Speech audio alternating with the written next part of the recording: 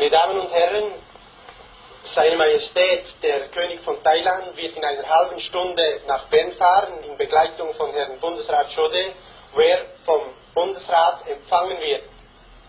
Mesdames et Messieurs, Sa Majesté, le roi de Thaïlande, va quitter sa demeure à Pidou pour se rendre à Berne en compagnie de Monsieur le conseiller fédéral Chaudet, où il sera reçu par le gouvernement suisse. Votre Majesté, nous vous remercions beaucoup du grand honneur que vous nous accordez avec cette interview. Permettez-moi que je vous pose la première question qui est la suivante. Quelles sont les raisons de votre visite en Suisse? Nous sommes venus en Suisse pour rendre visite au peuple suisse de la part du peuple thaï tout entier.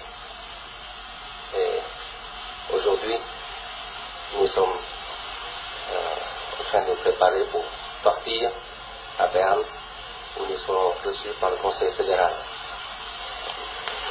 Vous connaissez, Votre Majesté, les bouleversements de la situation politique qui se sont produits au Laos.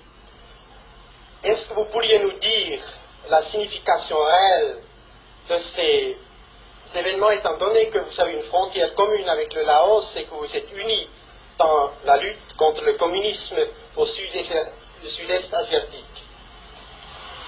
La situation au Laos, nous avons des nouvelles des journaux et des communications qui ne sont pas très claires parce qu'il n'y a pas d'information directe du gouvernement Laos.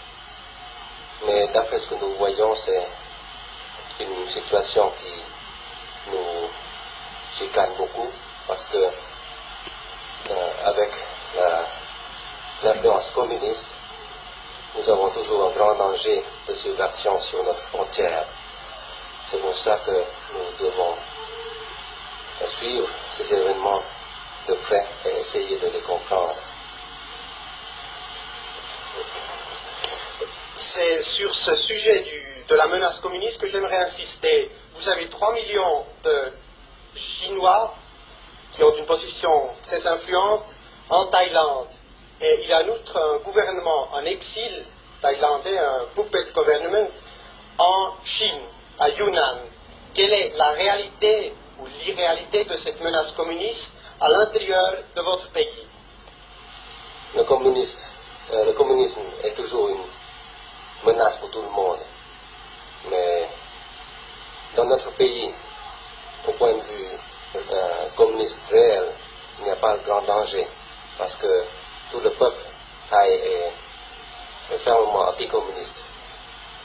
Mais les communistes, ils ont une méthode de subversion et d'infiltration dont nous devons toujours faire attention et nous défendre par